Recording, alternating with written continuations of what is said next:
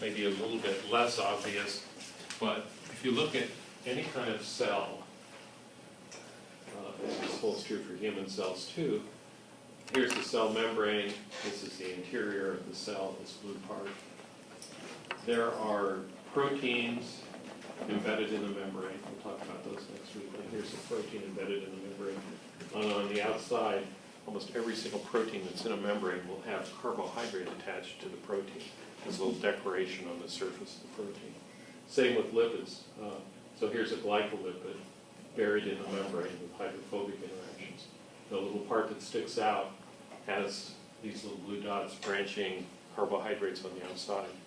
And these are functional markers on the outside, and lots of things interact with them from the outside world. Some good and some bad, like sometimes viruses will identify those carbohydrates and attach to specific cell types based on the carbohydrate. Because it's not that these are just like glucoses hanging out there. These are specific oligosaccharides with specific sugar sequences in them.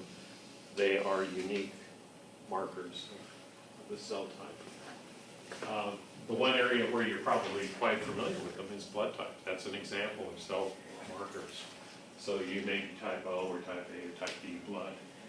What that's saying is that here's the lipid in the membrane, the part that sticks outside the external face of the cell will have different sugars, and these are meant to represent things like maybe glucose, galactose, I forget what the key is, but just specific markers, specific sequences of different carbohydrates in a particular order with or without branching.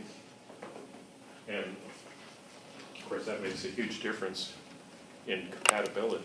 If you get the wrong blood type in transfusion, it can kill you because antigens will attack, recognize and attack different types. Sorry, so you say that was a sugar